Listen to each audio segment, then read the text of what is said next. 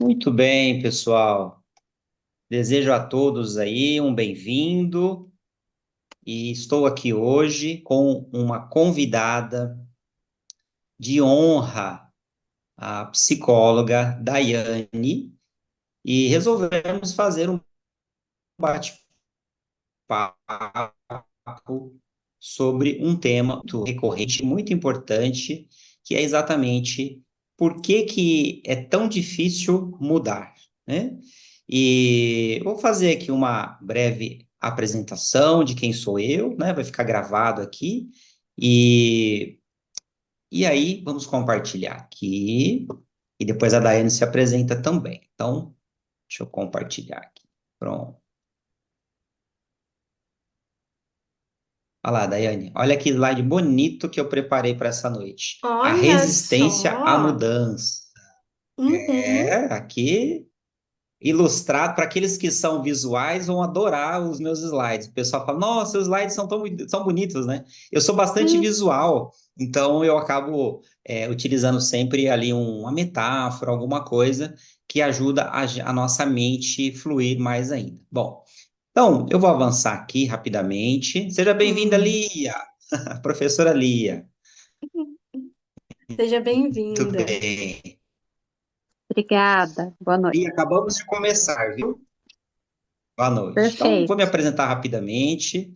Meu nome é Adriano, sou professor de psicanálise e foco mais principalmente na formação de alunos, na abordagem da psicanálise e acompanho eles na formação. Essa é a minha principal atividade.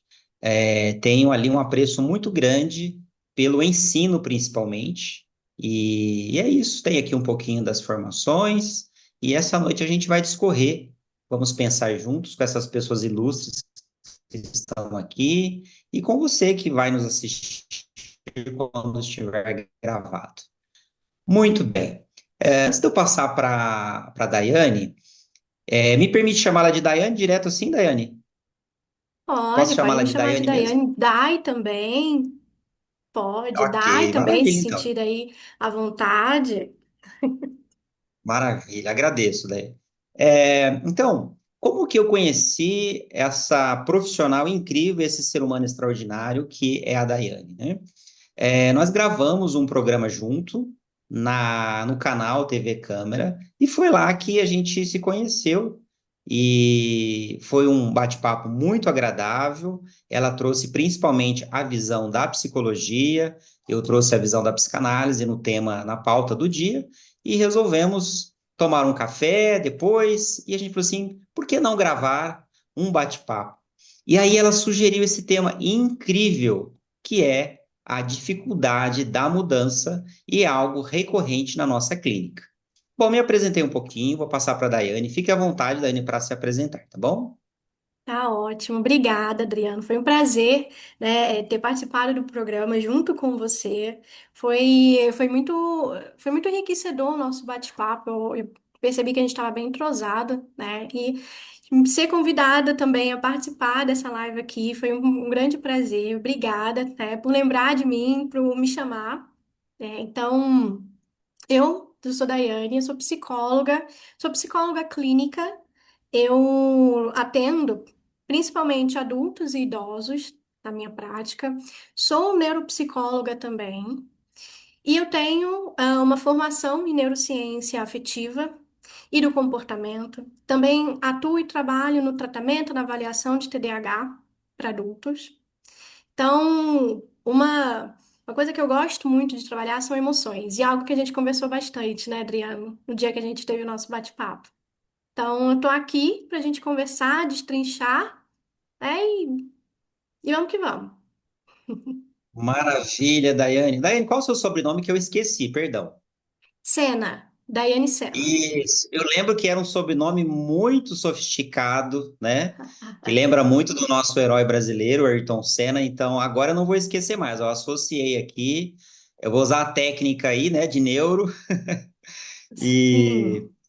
com um sobrenome tão chique desse, né, pessoal, não podemos deixar de fora, né? Então, Daiane Sena, eu gostaria de deixar você à vontade para começar a gente nesse. nesse nosso bate-papo. Não tem uma pauta específica, pessoal, então aqui a gente vai associar, vai fluir. Por acaso eu fiz aqui uma meia dúzia de slides só de metáforas, se precisar, para ilustrar um pouquinho. E eu gostaria que a Daiane puxasse aí o primeiro fiozinho desse novelo para a gente começar a conversar. Sim. Por que que eu sugeri, né, esse tema para a gente poder conversar hoje? Porque é algo que eu percebo muito na minha prática clínica e também na própria vida mesmo, pessoal. Eu acredito que todo processo de mudança, né, ele exige muito. E não só da parte da razão, né, racional, mas a gente também esquece da parte emocional. Então, muitas vezes está muito mais associado com as nossas emoções do que com a nossa parte mais racional. Então, uma coisa que me fez pensar muito nesse tema é que muitas vezes a gente sabe o que a gente quer, mas fala, por que que eu não consigo? Por que que tá tão difícil? Né? Então eu sei que eu quero, mas aí eu fico naquela resistência e aí a gente esquece da parte emocional, das nossas emoções que estão ali e a gente deixa isso de lado. Então, o que que eu tô sentindo aqui? É, por que que eu tô sentindo? Que emoção eu tô sentindo? Essa dificuldade de nomear. E aí, tudo isso tá envolvido nessa resistência, nessa dificuldade da mudança. Então, eu pensei muito nisso porque a gente acaba falando pouco sobre as nossas emoções em todo o processo de mudança que a gente for fazer. Seja de comportamento, seja de lugar, seja qualquer tipo de mudança. O que que você acha, Adriana? Faz sentido? Total, faz sentido e faz sentir, atinge todos os níveis da nossa psique, com certeza. Daiane, é um tema muito relevante, muito caro realmente a nossa área. E aí, para metaforizar e dar um esquenta aqui nesse bate-papo, que eu estou adorando, olha só, já vamos provocar a nossa mente. Olha esse slidezinho, olha lá, né? Tem coisas, pessoal, que ao longo, né? Eu adoro essas metáforas. Tem coisas que ao longo da nossa evolução aí não mudam. Tem mudanças que não são bem-vindas, né? A caneta Bic, ela é a mesma caneta incrível de sempre, né? É a caneta que pessoas famosas utilizam e não precisa de mudar nada. É um sucesso. Agora, isso vale para um objeto. O objeto é o time que está ganhando, não se mexe. Isso vale para a caneta, isso vale para aquele refrigerante famoso, que lá atrás tentou mudar a fórmula, deu ruim, teve que recuar, voltou ao sabor original. E a incrível Bic também é outra metáfora disso. Mas o ser humano, penso eu, que nós estamos aqui para evoluir em todas as áreas, né? No individual, no coletivo. Então, se a gente, numa sociedade, né, Daiane, que tenta objetificar tanto o outro, se a gente ficar como esses objetos, né, resistente à mudança, talvez a gente vai perder o melhor da vida, o melhor do nosso fator de humanidade, né? Então, quis trazer essa provocação de que nós não somos um objeto resistente à mudança, né? E que nós devemos sempre estar abertos a essa mudança. Agora, como a Daiane trouxe, né? Por que existe essa mudança, essa resistência à mudança? Por que é tão difícil mudar, né? E aí, Daiane, sendo essa pergunta tão atual, né? E aí o paciente vai dizer, né? Olha aqui outra metáfora que eu vou trazer para vocês. Olha lá. Olha como eu estou criativo, pessoal. Olha lá. Quem conhece esse daí? O E clássico, aí o né? Chaves vai dizer, né? Foi sem querer, foi sem querer querendo, né? Aí, Daiane, o que a gente ouve dos pacientes? Mas, doutor, doutora, eu só quero entender por que eu não consigo parar de fazer isso. Por que eu não consigo parar de sentir isso? O próprio paciente, ele não consegue ter o tal do livre-arbítrio sobre o pensar, os pensamentos intrusivos, os comportamentos e os sentimentos. E aí entra, né, esse encontro incrível que nós estamos aqui, da psicanálise, da psicologia, para a gente falar de algo que é tão complexo quanto a mente humana. Eu costumo dizer, Daiane, que a nossa mente é um universo desconhecido para nós mesmos, para nós mesmos. Acaba se recolhendo dentro do nosso baú, da nossa zona de conforto, e a gente não permite a mudança. E a gente não entende por que que a gente não sai da nossa zona de conforto, né? E aí, pessoal, provocando um pouquinho mais, eu vou jogar daqui a pouco a bola para a Daiane. Olha só, mas dentro do baú do Chaves tem muita coisa. Olha só. Olha essa outra metáfora. Isso aqui é tudo coisa de internet, viu, Daiane? Esse é um dos legados meus da área da tecnologia, que eu trabalhei muito tempo com tecnologia. Eu adoro essas coisinhas, essas montagens, esses memes, né? Pessoal, por que que eu gosto dessas metáforas? Porque ela fala com nossa mente lúdica, com a nossa mente que vai além da mente consciente, da mente racional. Então, vai abrindo um pouco o nosso inconsciente. Na psicanálise, é mais chamado inconsciente. Na psicologia, Daiane, acaba chamando mais de subconsciente esse nível mental mais profundo. Uhum. É, Sim, uma é, consciência. algo que é oculto do ser humano, né? Algo que ele desconhece dentro de si, né? Quem acha que conhece o baú do Chaves, olha só, dentro do baú do Chaves pode ter um monte de coisa. Às vezes o baú dele é um baú muito aprimorado, olha só, tem até ali níveis, né? Daiane, o que que você pode comentar também com relação ao seguinte? Qual que é a causalidade, a etiologia que faz com que as pessoas elas se comportem, elas sintam e da forma que elas performam daquela forma na vida, elas sentem daquela forma e acabam fazendo o que elas não querem, que é o tema de hoje. Qual poderia ser a causalidade desse performar tão errante das pessoas? Sim, achei interessante a sua pergunta, mas eu queria trazer também, complementar, né, dessa figura que você trouxe do Chaves, né, que ele aqui, se a gente perguntar para ele, né, nessa figura que você trouxe de que ele entrou ali dentro do, não é baú, esse recipiente, qual é o nome desse recipiente, É o desse barril. recipiente? Um barril, Perdão. isso, do barril. Então ele Falha, eu entra no falei baú, barril, hein? eu ia falar baú, mas não é um baú, né? E aí ele entra e ali é o mundinho dele, né? Então, a representação do desenho de baixo é como talvez ele se sente dentro do barril, né? E não de fato é aquilo que é, aquela casinha confortável e tal. Mas talvez para ele o barril seja ali de certa forma confortável. Mas pode ser desconfortável no sentido de é pequeno, né? Ele não consegue, ele não tem muitos recursos, né? Mas ele está tão acostumado a estar dentro desse barril que esse barril já se tornou um lar, uma casa, vamos dizer assim, né? E aí você pode trazer, olha, falar com ele, vamos para uma casa real, um lugarzinho. É bem parecido com isso que você está imaginando.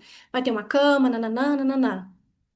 Né? Vai ter um lugar para você se sentir confortável, você vai ter um cobertor, você vai ter uma televisão, tal. E mesmo sabendo que aquilo é bom, falou, poxa, vai ter muito mais conforto, ele vai ter medo. Vai falar, não, não sei, eu tô trocando isso aqui, será que é isso mesmo que eu quero? Né? Porque o nosso cérebro, ele não é nem tanto movido por lógica, pela lógica, pela racionalidade, e muito mais pelas emoções. Então, mudar algo, né? Seja um comportamento, seja um lugar, uma situação e etc., funciona muito mais segundo segurança versus ali ameaça e não segundo o que é melhor para mim. Então, eu vou nesse lugar de isso parece ser ameaçador, porque isso não é familiar para mim. E aí, como isso não é familiar para mim, isso me gera um alerta muito maior, porque aí a gente está entrando no lugar das emoções. Então, assim, é, eu sei que isso me faz bem, mas o meu cérebro está encarando isso como algo ameaçador porque foge do que é familiar para mim. E aí a gente fica nesse lugar, né? Porque o meu cérebro ele não é tão movido assim pela lógica e muito mais pelas minhas emoções.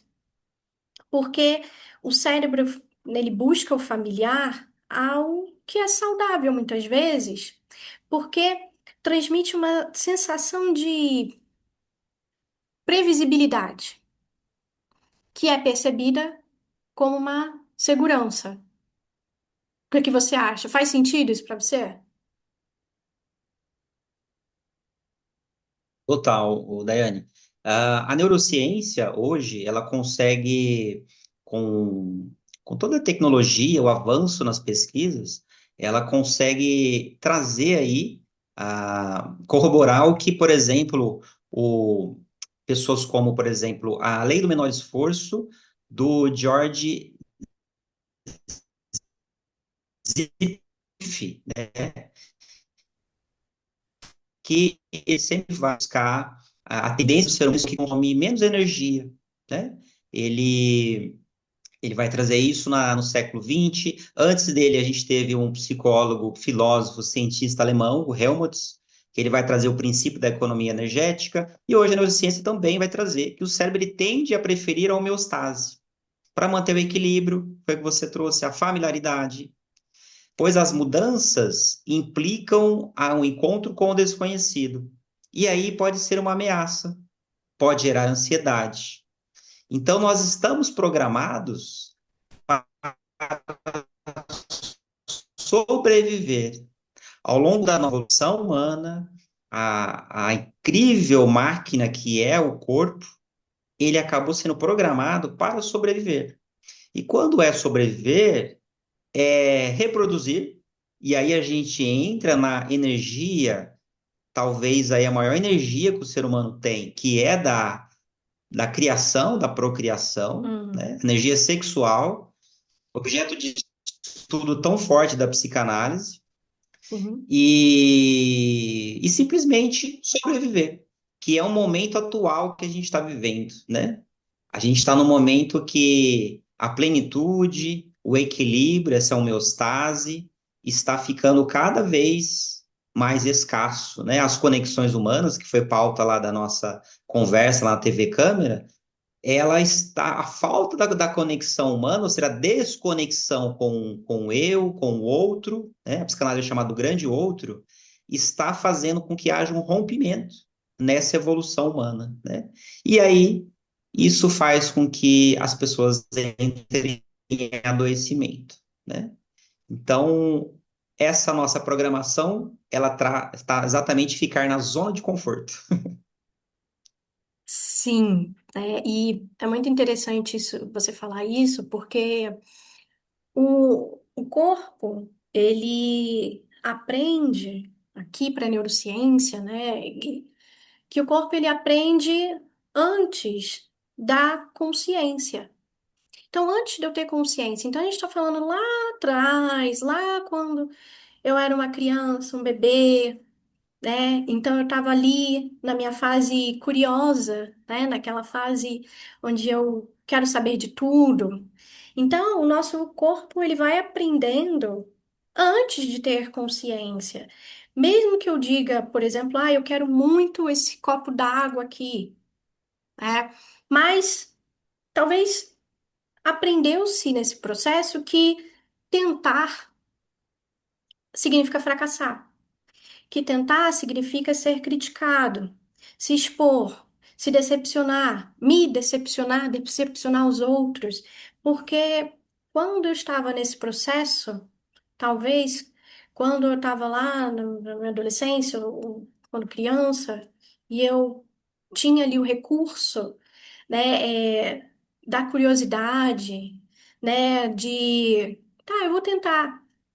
Isso foi sendo encarado como você não pode tentar. Se tentar, tem que conseguir. Se tentar, não pode decepcionar, tem que conseguir, senão você vai decepcionar a mim, decepcionar a todos. Então, meu corpo foi aprendendo nesse processo e foi associando que se eu mudar, tem que dar certo, tem que ser muito bom, porque senão eu me decepciono, senão eu decepciono minha família, senão isso é um fracasso total. Então, é falta de segurança emocional. Eu me dar ali, eu conseguir me proporcionar, me amparar num processo de mudança, seja ela de comportamento, seja ela de lugar, enfim, de situação da minha vida. Então, é eu reaprender e me acolher nesse processo de mudança. Mas a gente precisa entender que talvez esse corpo, esse meu corpo, né, ele tenha aprendido que mudar, ou seja, tentar alguma coisa diferente é fracassar, é ser punido, é decepcionar a mim e a todos. E aí, nesse processo, o que é que eu faço? Eu fico naquilo que é familiar, mesmo que não seja tão bom assim.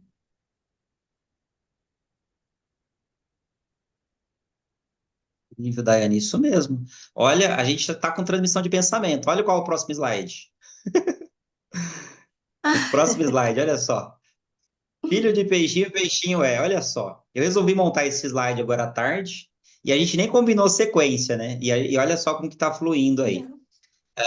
A gente falou de um primeiro nível ali biológico, constitucional, que é a sobrevivência e ficar ali num modo que nos traga segurança. Isso implica a resistência à mudança, ao novo. E agora a Daiane, ela traz também um viés aí das crenças, da educação familiar e social, né? E aí eu queria entrar também trazer uma contribuição sobre a forja das nossas crenças, né? Que são aquelas regras que vão se acumulando ao longo da vida. Essa matriz de crenças, seja crenças limitantes ou mesmo impulsionadoras, elas vão sendo forjadas ali, geralmente, dos 6, 7 anos, né? Até a segunda infância. E esse sistema de crenças, ele vai sendo diferente, ele vai sendo construído, né? E de acordo com o lar. Então, vai ser diferente se essa criança, esse ser, né, dependente dos adultos, tiver pais ausentes. E vai ser diferente se os pais forem pais mais presentes.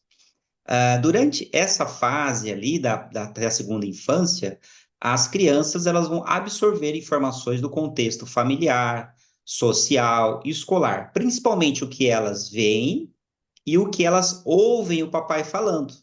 E ali vai, nessa matriz de crenças, vai ter três vertentes principais. A gente pode trazer aqui as crenças de merecimento ou não merecimento, que é o contexto do ter, né? Aqui a gente pode colocar, por exemplo, aquelas figuras objetais, o papai, a mamãe, que vão dizer assim, por exemplo, dinheiro não dá em árvore. Olha as crenças que vai se tendo a forja a partir do que se ouve dessas pessoas que são referenciais para nós. Depois nós temos as crenças de capacidade ou não capacidade, que é ali do campo do fazer, né? Então, você não faz nada certo, você não vai ser nada na vida, né? E aí eu estou falando aqui de falas que são falas que acabam trazendo crenças limitadoras, tá? Mas tem a outra vertente também, que são o papai e a mamãe, que acaba enaltecendo ali, estimulando, instigando esse ser humano em formação. E eu queria trazer, Daiane, também um terceiro tipo de crença muito importante, que entra em consonância com o que você trouxe agora, são as crenças de identidade, ou mesmo de não identidade, que é do contexto do ser. E aqui a gente tem um expoente totalmente marcado pelo contemporâneo, né? E a gente vai ouvir nessas crenças, por exemplo, uma frase aí que é chavão, né? Olha, homem não presta. Um exemplo, né? Olha, homem não presta. E aí a gente vai conversando com essa pessoa para que ela perceba que ela está usando uma generalização. E aí a gente pergunta assim: olha, você tem pai? Tenho. E seu pai não presta? Você tem filho? Tenho. E seu filho não presta? Ele é homem. Então a gente vai discorrendo que há crenças que elas são automatizadas. E elas são herança, a gente chama isso de heurística, né? Que é todo esse repertório que nos dá referência para tomar decisões e para fazer a leitura do mundo. Elas vão estar bem consolidadas nessa segunda infância. E a partir dos 12 anos, aquela história de que estruturou ali o tronco da árvore e pouco vai mudar, ela acaba sendo um pouco verdadeira. Porque o ser humano, a personalidade, se estrutura lá no início a partir dos referenciais de autoridade em volta. E essas crenças elas vão permear toda uma vida desse adulto. A gente fala que a criança, né, com essa mentalidade, ela vai acompanhar esse adulto o resto da vida. Então, quantas vezes vai se ter pessoas que estão com questões de crença de não merecimento, de incapacidade, de uma identidade não constitutiva, e essa pessoa vai paralisar a sua evolução em todas as saúdes. Ela não vai querer mudança, pois ela tem ali um sistema de crenças como presa numa matriz, né? E também numa Matrix, como o filme mesmo, que vai fazer com que ela fique ali naquela limitação. E isso vai acabar prejudicando os processos de decisão e mudança para evolução também. Muito bem. Sim, né? E eu acrescentaria, e aí numa visão também da neuro, da psicologia, existe a TCC, ela traz o desamparo, né? Então, a criança também desampara.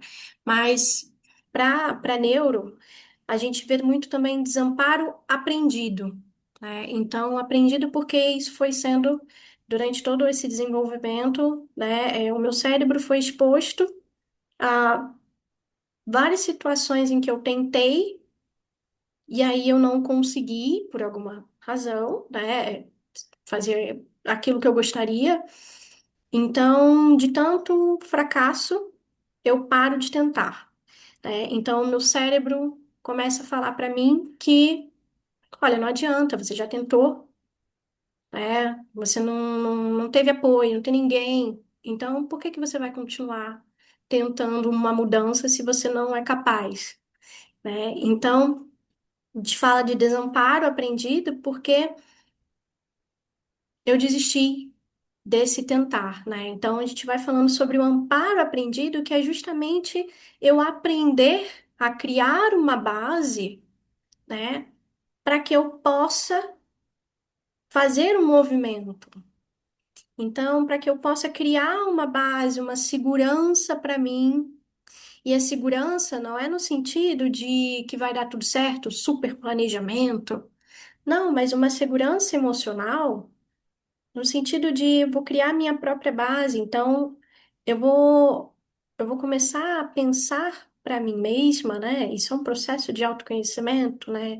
De terapia que a gente vai trabalhando em consultório, para que você consiga ali mudar, no sentido de essa mudança só vai acontecer quando um emocional ele entende que é seguro tentar, e é seguro agir, e é seguro falhar. Então, a gente vai fazer esse movimento de criar um espaço, uma base, antes da mudança. Então, a gente vai fazendo esse movimento aos poucos, criando esse amparo, porque o meu cérebro já está ali muito associado no sentido de tentar é fracassar.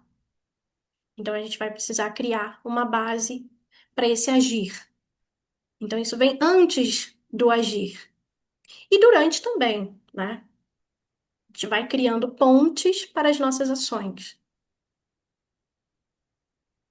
Bom, Daiane. Esse processo comportamental, você cita a TCC, a terapia cognitiva comportamental, né? É uma ferramenta bem atual, inclusive, né? Vai trazer exatamente. Você falou de dar certo, né? Olha só esse slide que eu coloquei aqui, ó. Hum. Quem conhece, né, o desenho lá da Hanna-Barbera, aqui tem uma metáfora exatamente daquela pessoa que ela sempre está vendo ali, como se diz no popular, o copo meio vazio, né? Então, Uhum, talvez você conheça a sua volta, quem nos está nos assistindo, nos acompanhando, nós mesmos também, pessoas à nossa volta que está sempre vendo o recorte do que vai dar errado, né? E aí, nós, como profissionais dessa área da saúde mental, a gente vai sempre assim já ficar intuindo, né? Em que momento que esse sujeito ele está tentando se proteger, né? Que referenciais que existe dentro dele que faz com que ele procrastine, que ele entre no modo protetivo e ele uhum, já faça essa preventiva, né? Que crenças a partir de referenciais que criaram essa forma de pensar, né? Como a gente tem ali o leão, né? Olha a semiologia do leão, né? A força do leão, o entusiasmo do leão, e a gente tem ali a hiena, sempre lamuriando, sempre tentando se proteger, né? Mas se protegendo do quê? Então a gente vai fazer uma investigação, e essa investigação, como a Daiane trouxe, ela vem até antes do agir, né? A gente vai fazer ali inventariar esses pensamentos, o que que invoca essa forma de funcionamento, quais os significados, qual que é a psicodinâmica por trás disso, né? Aí a gente entra lá no início, a causalidade, né? A consequência é o sujeito que se paralisa na vida e a causa, né? Por que que esse propulsor não está funcionando? Aí, Daiana, a gente olha, né? Às vezes a gente percebe assim, o papai e a mamãe teve três filhos, por exemplo. Um uhum, é o entusiasmo em pessoa, é aquela pessoa que tem uma personalidade muito dinâmica, sociável, resiliente, né? E a educação do pai, do papai e da mamãe foi muito parecida ali, a outra pessoa já é um modo protetivo, não vai dar certo, procrastina, se preserva, analisa muito, quer buscar a perfeição, e essa pessoa uhum, ela não avança na vida, né? E aí? O estímulo do ambiente, do papai, da mamãe, da professora, do primeiro patrão, de um amigo, de um padrinho, de um vizinho, ele é importante. Ele nos constitui. Agora, há um comportamento dentro do sujeito que precisa de ser mobilizado, porque senão esse sujeito ele vai ficar refém da sua própria mente, que vai sempre mentir para ele, não, você não é capaz, você não dá conta, você não consegue, e fica ali, igual você falou, Daiane, fica automatizado, e a pessoa, ela não se analisa, ela não se ouve, e ela fica dentro do sim, útero materno, a gente usa essa metáfora, né? Aqui, que é quentinho, estou protegido, alguém vai fazer por mim. sim, E aí, levar esse sujeito a se autorresponsabilizar. Ele vai ter que adultecer nesse processo, porque senão ele não vai dar conta de dar cabo às mudanças na vida dele, certo? sim. E eu penso de perguntarmos, não, por que que você não está conseguindo? Por que que você não consegue? Né? E sim perguntar o que que você está sentindo? Né? O que que você está sentindo nesse momento? Porque aí a gente vai destrinchando, vai entendendo, né? Ah, mas eu não sei o que que eu estou sentindo. Tá bom. Então, o que que o seu corpo, né? Que tipo de sensações corporais você sente quando a gente pensa numa mudança, numa ação para uma mudança, né? Então, porque a gente vai acabar entrando, entendendo, explorando as emoções, né? E aí, eu me sinto triste. Quando eu penso em iniciar algo, né? Eu me sinto desmotivada, eu me sinto triste, eu me sinto angustiada, né? Eu me sinto com raiva de mim, eu tô com raiva de mim, eu tô com raiva disso, eu fico com tédio, porque aí a gente vai começar a entender, né, esse processo emocional que está envolvido nisso, né? E o que que acontece para que você não esteja ali indo em direção ao que você gostaria, né? Então, é um trabalho, né, de... Por que que é tão difícil mudar? Porque às vezes a gente não tem clareza. Por que que eu tô querendo mudar, né? O que que tá por trás disso daqui, né? Eu quero mudar para quê? Para quem? É por mim? É pelo outro, né? E aí, muitas vezes, a gente começa a entender. Tá, eu tô querendo mudar, mas não é por mim, é pelo outro. E aí, quando eu penso nisso, eu fico com raiva. Opa, então, peraí. Então, a gente está encontrando uma emoção aqui, né? É raiva. Ah, eu tô me sentindo triste, eu me sinto angustiado, eu me sinto desanimado, né? Então, a gente vai... Então, por que que você não está conseguindo? O que que está te impedindo? Não, o que que você está sentindo? Que emoção tá aí presente? Uma emoção chama a outra. Às vezes eu tô falando de tristeza, mas na verdade essa tristeza ela é secundária, o que é primário é a raiva. E aí a gente vai fazendo isso para poder entender, né? E aí sim, a partir disso a gente vai construindo essa ponte para que a gente possa ter ações valorizadas. Eu posso ter uma ação, consigo ter uma ação que ela tem valor para mim. Então eu sei, eu entendo por que isso aqui é importante para mim. Muitas vezes a gente quer mudar porque a gente quer fugir de algo, né? E aí é isso, eu quero fugir de algo, então eu preciso cuidar disso. Do que eu estou fugindo? Eu preciso realmente fugir disso, né? Para a gente poder fazer um processo de mudança com clareza, né? E aí eu vou trazer um pouquinho de Sartre. Ele fala sobre autorresponsabilidade. Fala, na verdade, também sobre liberdade, né? Dentro da nossa realidade, né? Das possibilidades que nós temos, nós somos livres. Só que ser livre, né, implica também responsabilidade. Porque dentro da minha liberdade, temos as regras sociais, né? A gente tem uma cultura, enfim, né? Então, eu topo com a minha responsabilidade. E a minha responsabilidade, ela também ali me chama para as escolhas. Então, quando eu falo de escolhas, quando a gente fala de escolhas, eu falo de também um processo de consciência, porque quanto maior clareza e consciência eu tiver das minhas escolhas, daquilo que eu quero, das emoções que estão envolvidas, das emoções que podem aparecer e poderiam me paralisar se eu não entendesse sobre mim, tá? Eu iria fazer uma escolha talvez não valorizada. Então, eu iria partir por uma ação que não tem valor para mim. Então, quando a gente fala no processo de consciência, eu vou escolher e escolhendo aquilo que faz sentido para mim, eu tenho uma clareza sobre, eu consigo sustentar as consequências.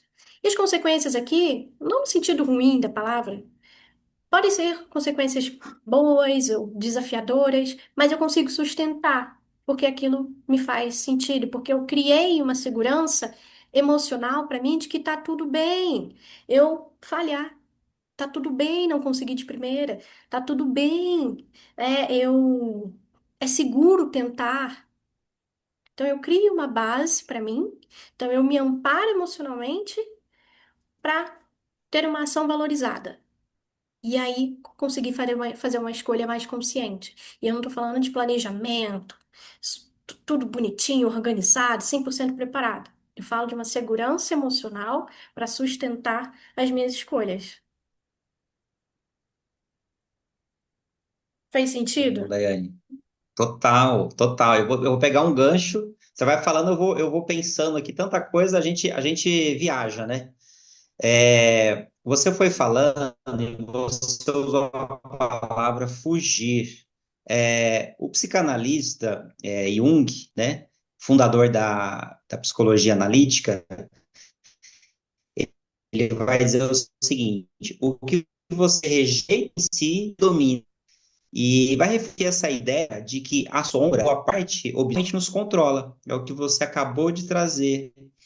Então, e o Dr. Freud, ele vai trazer na obra, além do princípio do prazer, de 1920, o termo da compulsão à repetição, que é esse impulso mais profunda que nós temos, que vai na área alimentar, nas adicções, e a gente acaba repetindo um padrão, reencenando uma experiência do passado disfuncional que não foi elaborada.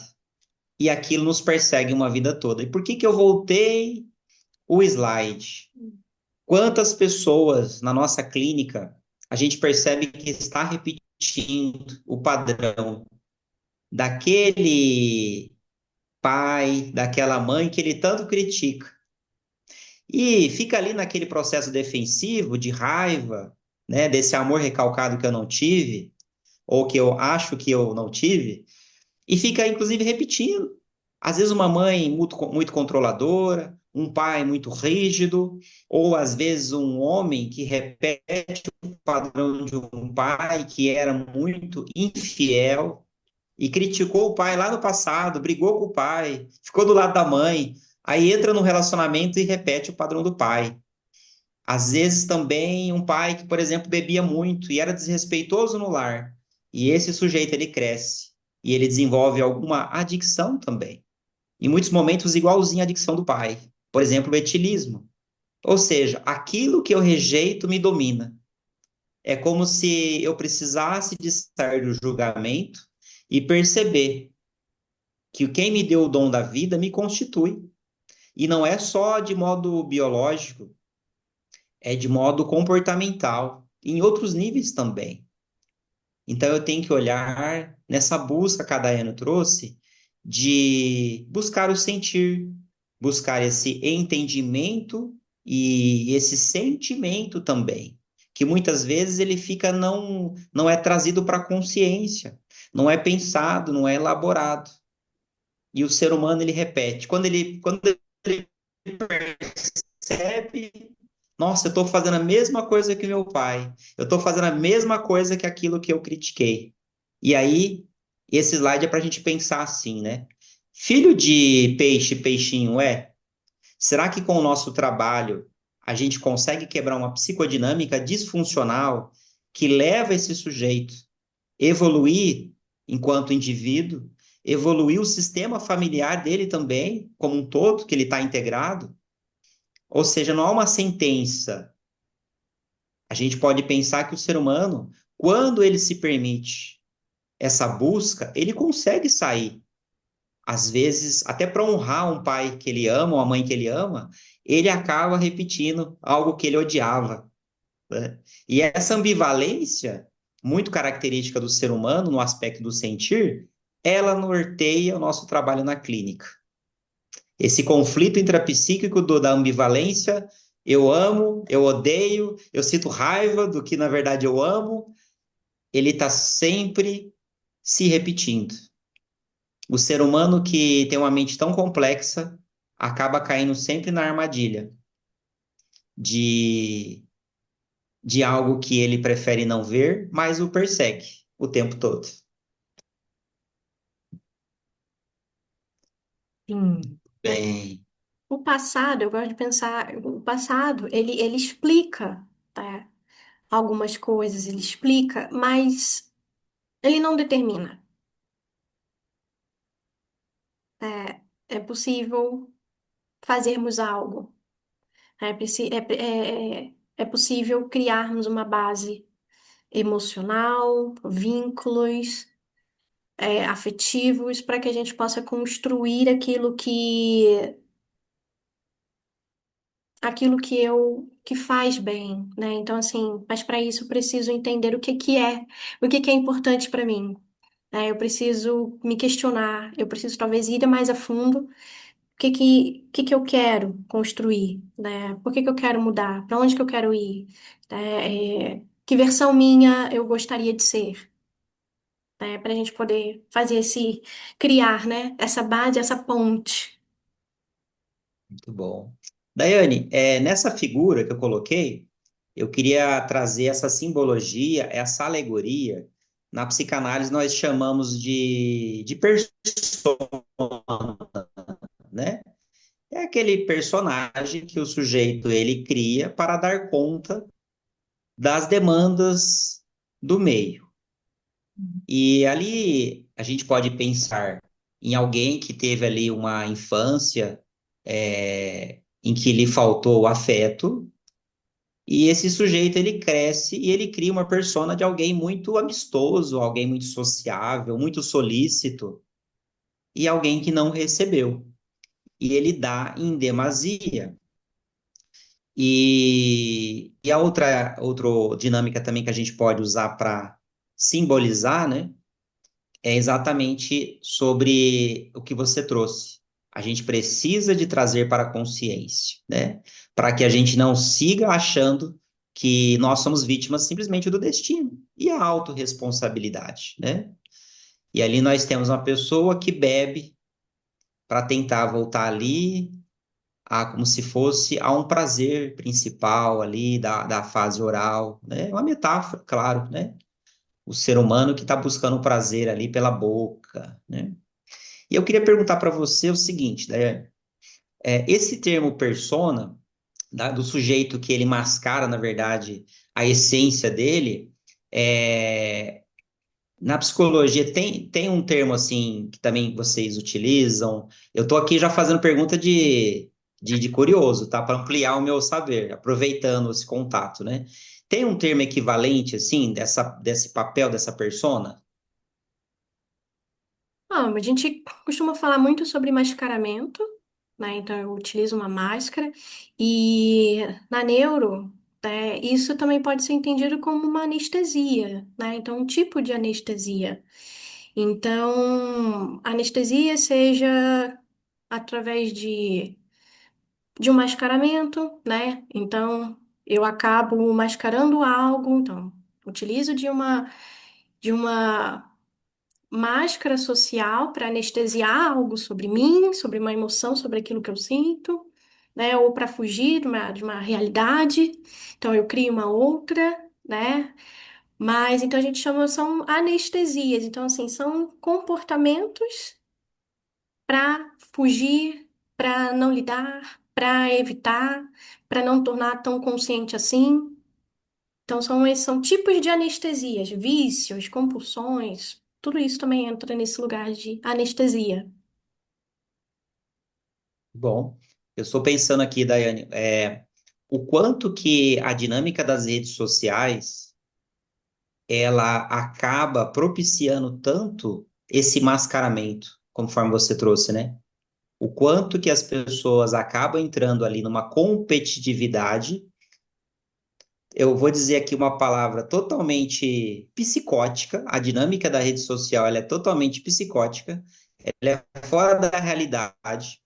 É um recorte muito pontual, em que uma Uhum. pessoa acaba postando ali só o recorte do que deu certo. As pessoas acabam criando uma competitividade e elas acabam criando ali um mascaramento em que não se permite mais aquele momento de tristeza, de reflexão, encontro com o outro humanizado, em que eu não objetifico o outro por ele ter uma função, mas sim porque aquele outro precisa de um olhar. Naquele momento ele não pode dar nada, ele simplesmente precisa de um encontro com outro ser humano.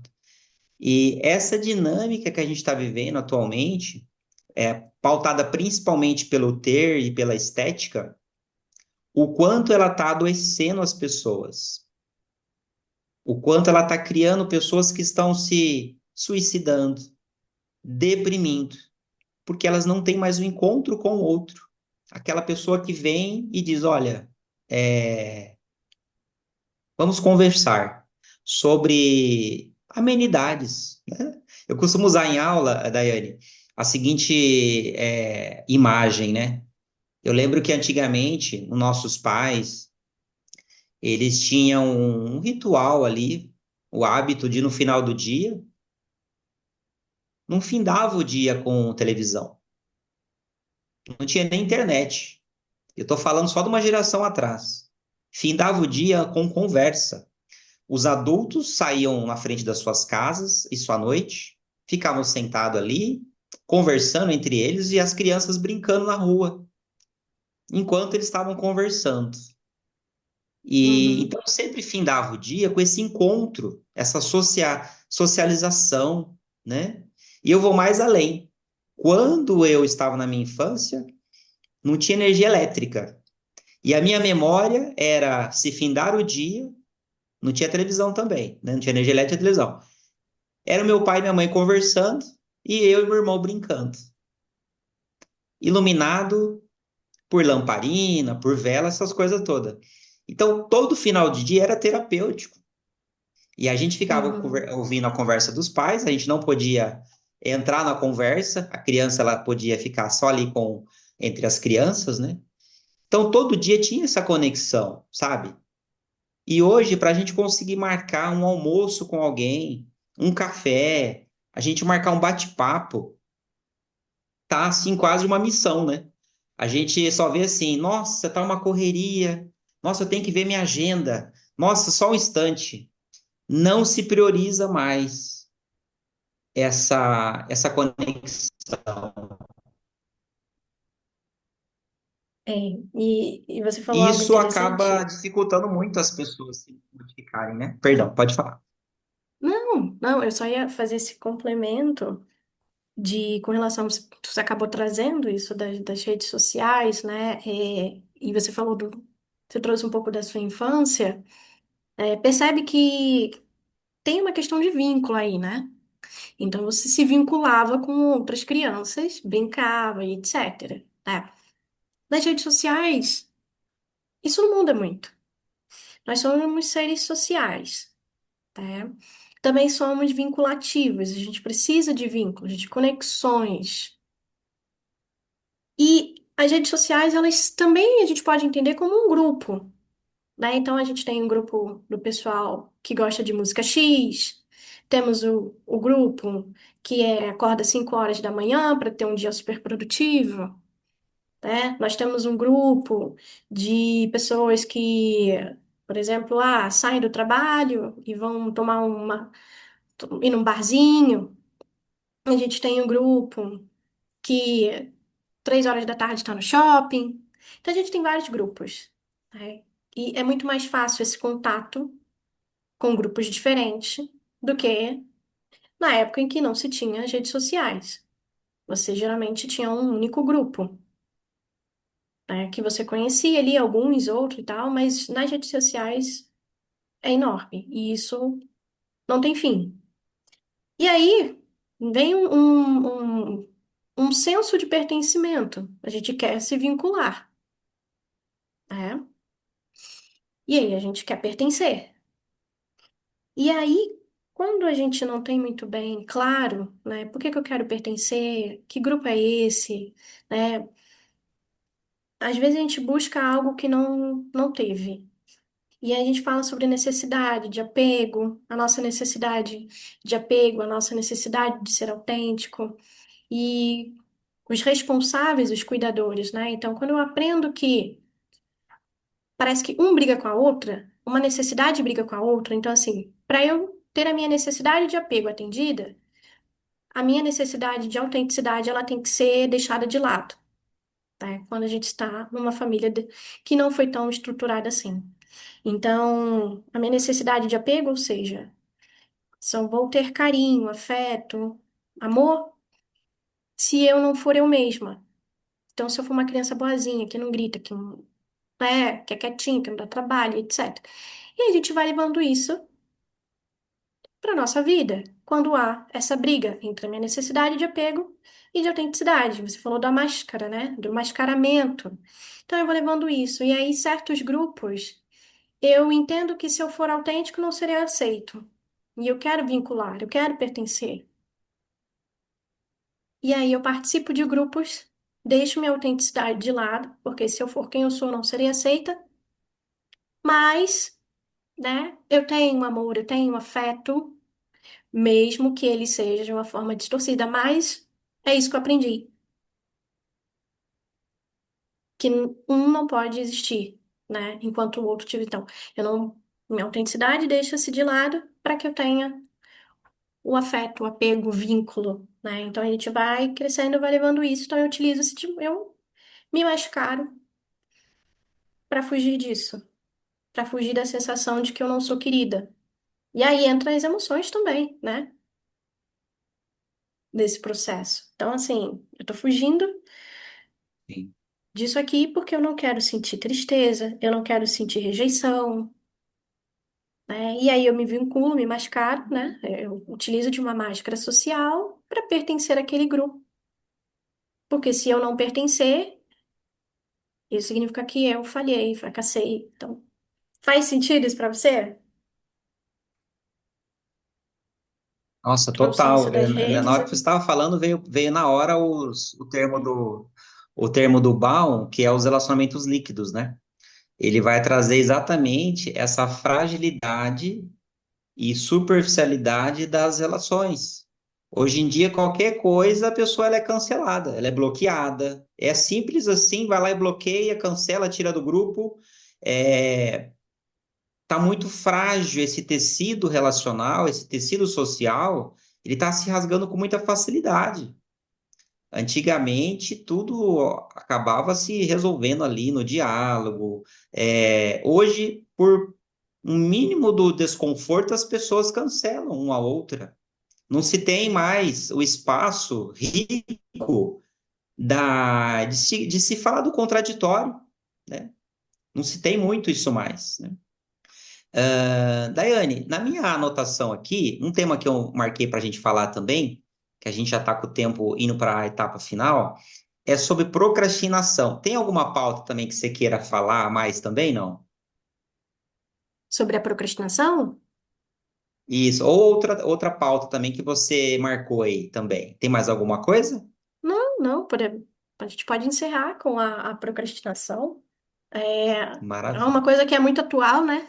A gente escuta muito, Sim. a Gostaria de ouvir, procrastinação. fala um pouquinho para a gente sobre a procrastinação e depois eu faço um adendo. Uhum. A procrastinação, né? Então, eu sei o que eu quero fazer, mas eu não faço. Então eu adio. E a procrastinação, novamente, né? Do que eu tô querendo fugir? Tá? Então, tem muito a ver com as nossas emoções. Porque, tá, eu quero sentar para estudar para um concurso. Vamos pegar esse exemplo, né? Eu quero muito passar para o concurso, né? Mas até eu passar no concurso, eu preciso passar pelo desconforto, que é sentar e estudar. Só que quando eu sento e estudo, né, o que acontece? Eu topo com emoções. Então eu me sinto ansiosa, eu posso me sentir triste, eu posso me sentir uma fracassada. E como eu não quero sentir nada disso, eu desligo o notebook e vou fazer outra coisa. Então, a procrastinação, ela tá novamente perguntar por que que você não consegue? Não. E sim, o que que você está sentindo? Do que você está fugindo? Que desconforto você está querendo deixar aí debaixo do tapete? Né? Não é preguiça. Não significa que a pessoa é uma preguiçosa. Não, na verdade, muitas vezes ela quer realmente, mas ela não, talvez não se deixa sentir a emoção. É tão desconfortável que eu quero sair. É tão ruim sentir tristeza, ansiedade, etc., que eu quero ir embora. E não olhar para aquela emoção e entender o que tá fazendo ela aparecer, né? Por que que eu tô sentindo isso aqui? Por que que eu esbarro na tristeza sempre que eu sento para estudar, para me organizar? Então a gente vai puxar essas emoções e aí a partir disso construir essa ponte, né?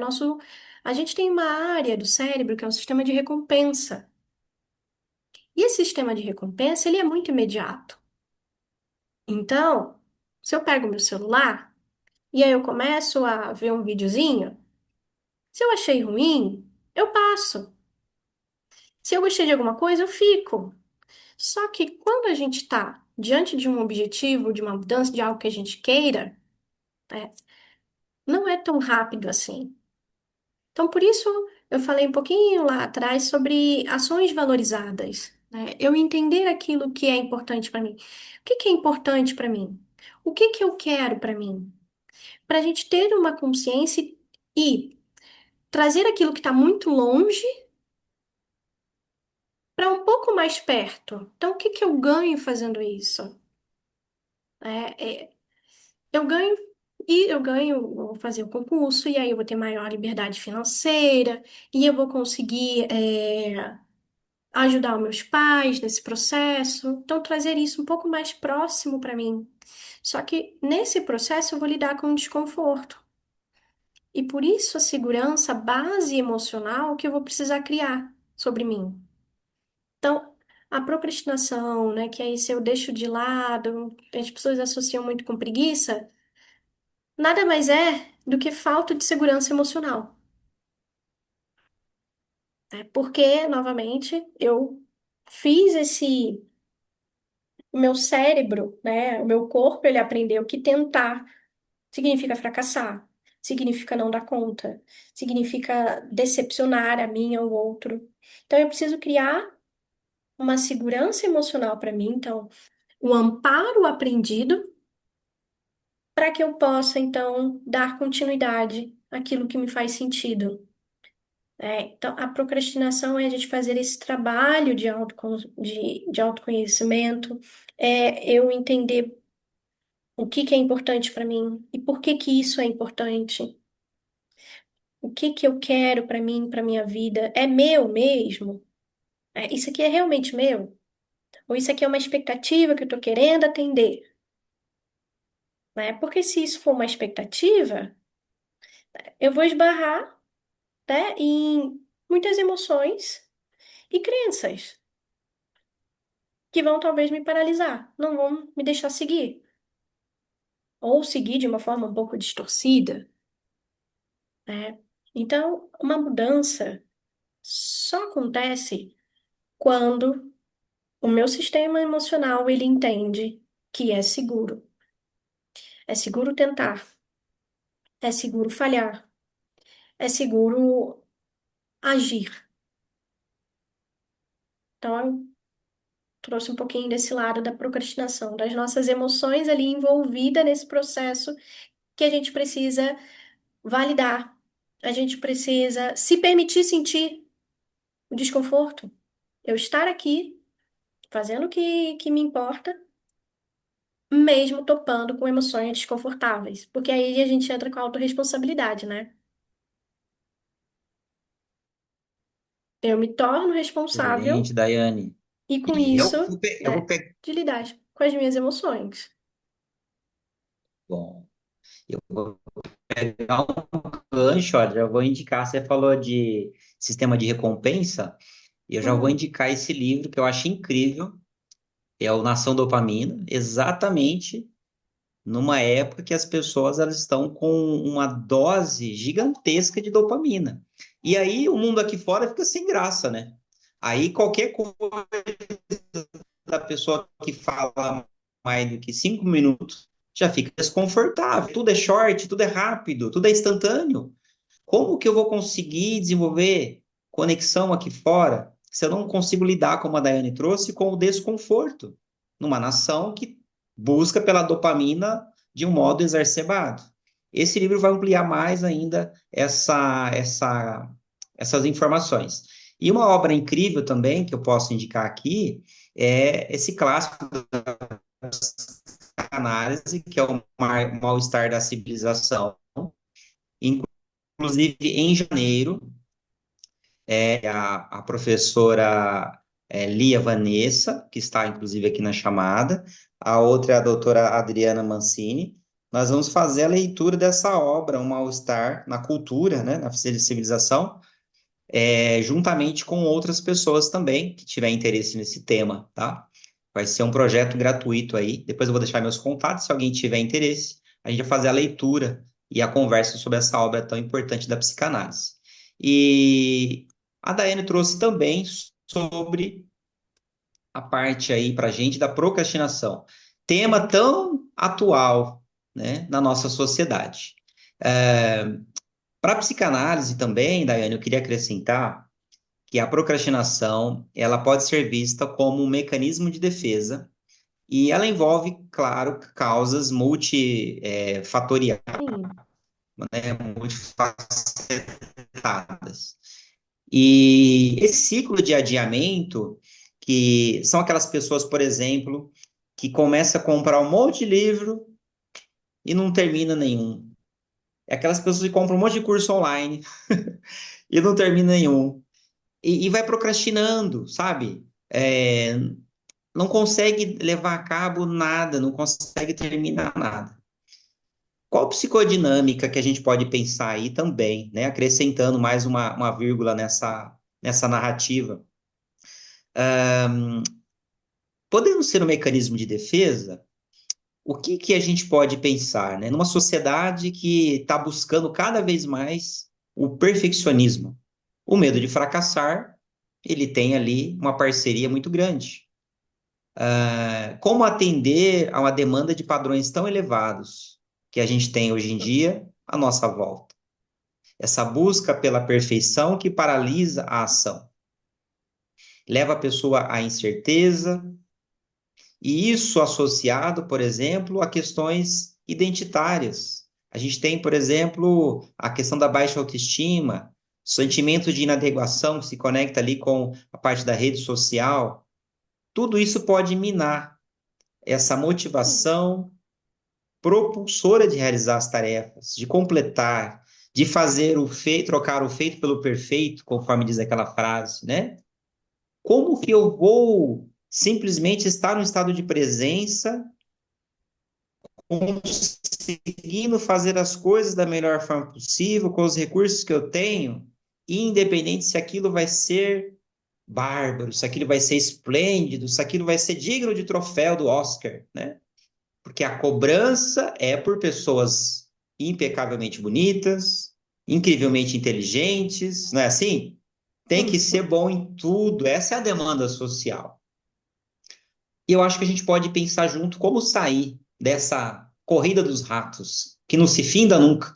Igual o cachorro que fica correndo para o próprio rabo. Como poder sair disso?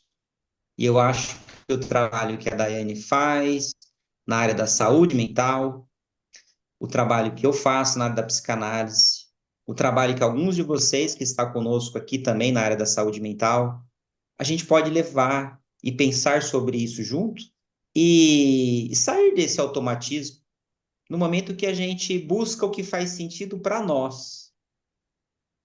E a gente sai de uma psicodinâmica que escraviza o nosso sentir, o nosso pensar, o nosso agir. Claro, a gente vive em coletividade, mas a gente Uhum. pode pensar e se priorizar para que a gente tenha leveza nessa nossa jornada, que é tão breve, que é tão incrível, mas que a gente tem que estar vivendo o mais conectado com o presente possível, né? E em direção a isso, estamos dando aqui a nossa contribuição de conexão, de conhecimento, e, e é isso. Eu gostaria de passar, se a Daiane quiser falar alguma coisa, fique à vontade. Eu queria passar um videozinho no final agora, e você quer comentar alguma coisa? Fique à vontade, tá, Daiane? Sim, eu só gostaria de poder contribuir nesse sentido com duas indicações também, já que você indicou livros. Tem duas indicações que eu acho muito interessante. E um é O Mito do Normal, de Gabor Maté. É um livro muito interessante, porque ele explica muito sobre traumas. Então, os traumas com... Ele traz traumas com T maiúsculo e T minúsculo. O T maiúsculo são traumas aqueles que realmente extremamente graves, então um transtorno de estresse pós-traumático, e um T minúsculo, né, que são traumas cotidianos, que muitas vezes, aliás, muitos de nós talvez tenhamos sido expostos a esses traumas familiares e como eles acabam nos acompanhando na nossa vida, né? Então ele traz o trauma também numa abordagem da neurociência afetiva. Um outro livro que é muito interessante também, que se chama Permissão para Sentir. É um livro que também fala muito sobre emoções, sobre a gente aprender a sentir, nos permitirmos sentir, porque muitas vezes o que acontece é que eu quero engolir, a gente quer engolir as nossas emoções. A procrastinação é eu engolir um desconforto que eu estou sentindo, é eu engolir uma emoção que eu estou sentindo, eu não quero sentir, então eu fujo. Então entra no meu campo das anestesias, né? Eu não quero sentir a tristeza, então eu como um doce, né? Eu não quero sentir raiva, então eu vou fazer outra coisa para não sentir. Eu estou me sentindo frustrado, então eu vou trabalhar para eu não sentir. Então, ele aborda muito sobre a gente aprender, a gente se permitir aprender a sentir e o que eu faço com o meu sentir de forma consciente. Então, são duas indicações, assim, são dois livros muito interessantes que eu super indico. Um outro, né, porque você falou agora, esse também é muito interessante, que é A Sociedade do Cansaço, de Byung-Chul Han. Então, fala sobre a sociedade do desempenho, sobre a sociedade da produção. É um livro ótimo, muito bom também, que eu super recomendo. Dívida, ótima indicação, viu? Os dois primeiros que você passou, confesso que para mim é novidade, eu vou atrás. E esse terceiro eu já tinha ouvido falar. É um clássico também, né? É um clássico, muito atual. Muito bom. Eu vou passar um videozinho provocativo. Afinal, se não for assim, né? Não vai sair da zona de conforto. Eu vou passar um videozinho, chama-se A Gente Se Acostuma. É um poema maravilhoso. Ouçam com atenção, ele tem áudio, tá? E se permita sentir, deixa fluir essa provocação na sua alma, para psicanalizar a alma, é esse mundo intrapsíquico. Deixa fluir isso dentro de você. A gente está junto nessa jornada. O objetivo não é apontar erros, não é julgar. É a gente trocar uma energia aqui para evoluir juntos. Estamos juntos nessa jornada, tá bom? Escolhi com muito carinho esse videozinho para hoje. Eu sempre gosto de terminar com algo assim, audiovisual. Eu vou colocar para vocês aqui. E esse videozinho é da Marina Colasanti, na voz do Antônio Abujamra. Abujamra. Vou passar aqui para vocês. Sei que a gente se acostuma, mas não devia. A gente se acostuma a morar em apartamentos de fundos e a não ter outra vista que não as janelas ao redor. E porque não tem vista, a gente logo se acostuma a não olhar para fora. E porque não olha para fora, logo se acostuma a não abrir de todo as cortinas. E porque não abre as cortinas, logo se acostuma a acender cedo a luz. E à medida que se acostuma, esquece o sol, esquece o ar, esquece a amplidão. A gente se acostuma a acordar de manhã sobressaltado porque está na hora, a tomar o café correndo porque está atrasado, a ler o jornal no ônibus porque não pode perder o tempo da viagem, a comer sanduíche porque não dá para almoçar, a sair do trabalho porque já é noite, a cochilar no ônibus porque está cansado, a deitar cedo e dormir pesado sem ter vivido o dia. A gente se acostuma a esperar o dia inteiro e ouvir no telefone: hoje eu não posso ir. A sorrir para as pessoas sem receber um sorriso de volta, a ser ignorado quando precisava tanto ser visto. A gente se acostuma a pagar por tudo que deseja e o de que necessita.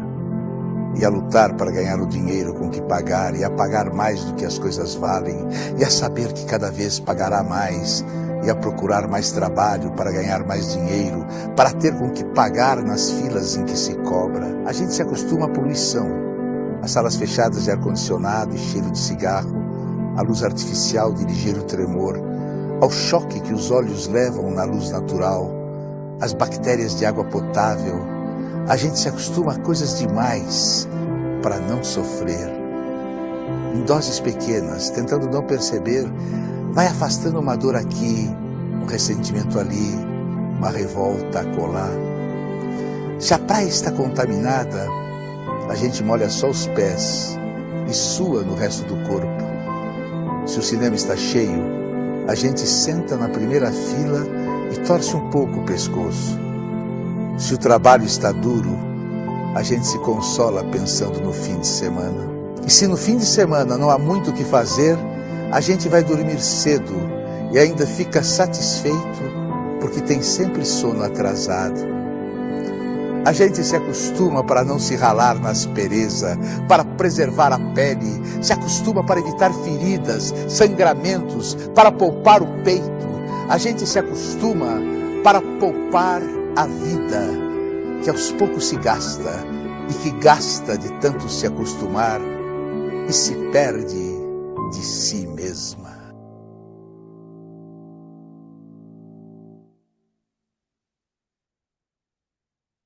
Muito bem. E aí, Daiane, o que você achou? Eu achei isso muito provocativo, super provocativo. Nos faz pensar, né, nesse processo de como que nosso cérebro, né, o desamparo aprendido, né? Então, eu me acostumo com aquilo, né, que não deveria. Mas isso é um assunto complexo. Tudo bem, Daiane. Daiane, a gente vai finalizando. Eu vou colocar os meus contatos aqui. Enquanto isso, eu quero agradecer, depois eu vou passar a palavra para você.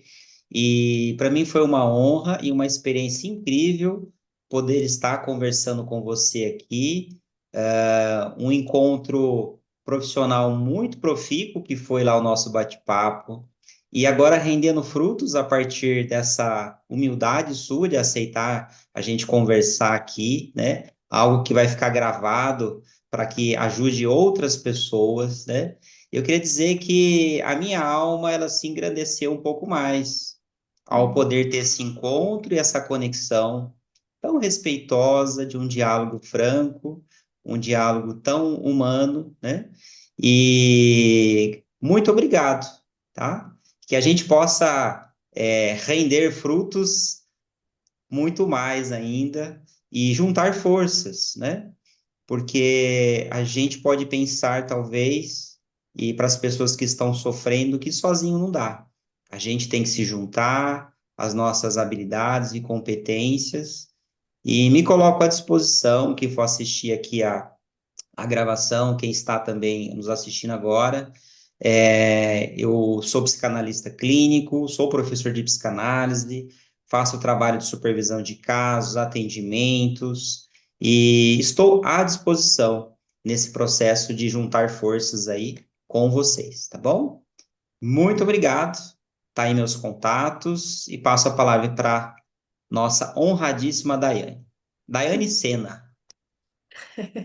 Obrigada, eu agradeço, muita gratidão, né, por me convidar, por estar aqui hoje, poder contribuir, de alguma forma. E eu espero que eu tenha conseguido, né, contribuir, ter feito as pessoas que estão aqui com a gente pensarem um pouquinho, né? Olharem para suas emoções não como algo ruim, mas acolher, né? Até as nossas emoções, aquelas tidas como negativas. E negativo aqui não no sentido de ruim, mas negativo no sentido de rebaixar, rebaixamento. São emoções que rebaixam o nosso humor. Né? Então, que a gente possa acolher, possa entender as nossas emoções, possa se permitir, né? Sentir. E o que eu faço com esse sentir? Trabalhar para que eu sinta de uma forma que me faz sentido, né? Que me ajude nesse processo, né? Daquilo que eu valorizo, para que me ajude a ter ações valorizadas. Então, foi muito bom. Eu acho que é um bate-papo, foi um bate-papo muito importante. Então, mais uma vez, obrigada pelo convite. Estou sempre aberta na medida do possível, né, para a gente bater um papo sobre outros assuntos. Então, eu vou me apresentar aqui rapidinho. Eu sou psicóloga clínica e sou neuropsicóloga também. Sou formada em neurociência afetiva e do comportamento. Trabalho também com tratamento e avaliação de TDAH. E eu falo muito sobre as emoções. Porque antes de tudo, antes da parte racional, né, nós somos compostos por emoções. Então, não tem como eu falar sobre algo e não falar sobre o que eu sinto. Então, mais uma vez, agradeço. Para quem quiser, me seguir nas redes sociais, estou aberta para parcerias. Eu acho que o mundo precisa de vínculos, o mundo precisa de afeto, o mundo precisa de laços. E estamos vivendo uma era tão frágil nos vínculos que é quase que que a gente precisa realmente lutar para que sejamos vinculativos, para que a gente possa passar para as outras pessoas que, olha, vínculos importam, vamos criar laços, vamos ficar juntos, porque eu percebo que se a gente deixar isso muito para lá, a gente vai tomar um rumo, né, de distanciamento, de isolamento, que as tecnologias acabam impulsionando. Então, que sejamos resistências nesse, nesse distanciamento. Então, é isso. Obrigada mais uma vez pelo convite. Obrigado, Daiane. Daiane, você quer passar a sua rede social, o seu contato? Ah, sim, a minha rede social, né, o meu Instagram é Daiane Sena Psico. Eu vou até escrever aqui. Ó, Daiane com Isso, é Daiane Y, com Y, Sena. tá, pessoal? Ó, coloquei aqui a E minha rede social. isso mesmo, Quem maravilha. quiser me E seguir, vai ficar fique à gravado, vontade. conforme eu comentei, né? Isso. Muito bom, é isso aí. Então, o tempo voa, a gente entra praticamente numa distorção temporal. Olha, deu 1h30, sem nenhum esforço. A Daiane tem muito Sim. conteúdo técnico e é um ser humano também que eu estou conhecendo há pouco tempo, mas dá para sentir que é uma pessoa aí que tem uma facilidade para essa área de conexões, né? E sem dizer que a voz dela é hipnótica, né? Dá gosto ficar ouvindo ela. É muito bom. A gente conecta ali.